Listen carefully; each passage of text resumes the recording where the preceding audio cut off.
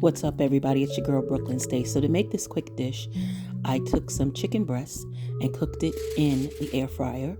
I mixed some penne pasta with frozen spinach, added some vodka pasta sauce, added some green peppers, red onions, Italian seasoning, mixed in some shaved Asiago cheese, Parmesan cheese, cream cheese, and mozzarella cheese. And look at this. Hey, bro.